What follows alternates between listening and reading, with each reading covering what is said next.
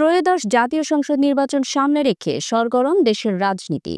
BNP এখন ব্যস্ত একক প্রার্থী চূড়ান্ত করা ও দলীয় ঐক্য ধরে রাখার প্রস্তুতিতে।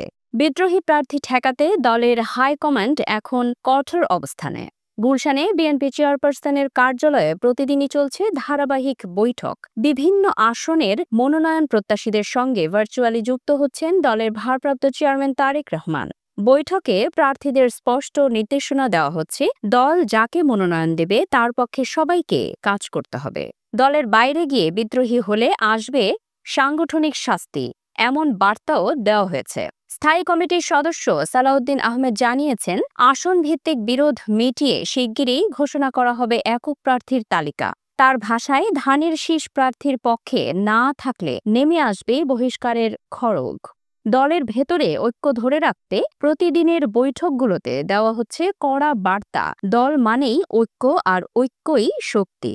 তবে বিএনপির হাইকমান্ডের আশঙ্কা, কিছু বিশেষ মহল শতাধিক আসনে বিদ্রোহী প্রার্থী দাঁড় করিয়ে ভোট ভাগ করে দিতে চায়। এজন্য নাকি চলছে মোটা অঙ্কের টাকার লেনদেনও। এই ষড়যন্ত্র ঠেকাতে মাঠ পর্যায়ের নেতাকর্মীদের ঐক্যবদ্ধ থাকতে নির্দেশ দেওয়া হয়েছে। তারেক রহমান ভার্চুয়ালি যোগ দিয়ে প্রতিটি বৈঠকে জোর দিচ্ছেন, যাকে মনোনয়ন দেওয়া হবে সবাই মিলে তাকে বিজয়ী করতে হবে।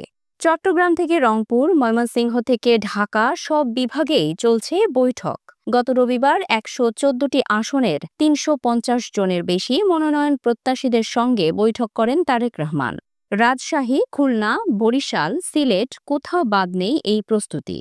মনোনয়ন প্রত্যাশী নেতারাও বলছেন, বার্তা ছিল একটাই, ঐক্য ও শৃঙ্খলা। ভোলা ৪ আসনের প্রার্থী নাজিম উদ্দিন আলম বলেন, দল যাকে মনোনয়ন দেবে তার পক্ষে কাজ করতে হবে। বিদ্রোহী হলে কঠোর ব্যবস্থা আসবেই। বরগুনা ও বগুড়ার নেতারাও জানিয়েছেন, একই বার্তা, ধানের শীষ প্রতীকের জন্য সবাইকে একসঙ্গে কাজ করতে হবে।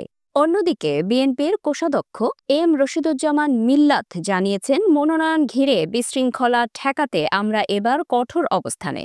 যারা দলের সুনাম নষ্ট করবে বা আধিপত্য বিস্তার করবে তাদের বিরুদ্ধে শক্ত সাংগঠনিক ব্যবস্থা নেওয়া হবে।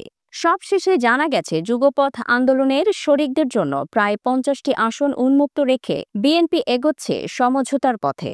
তবে আপাতত মূল ফোকাস একটাই, এক আসনে এক প্রার্থী, ঐক্যবদ্ধ বিএনপি।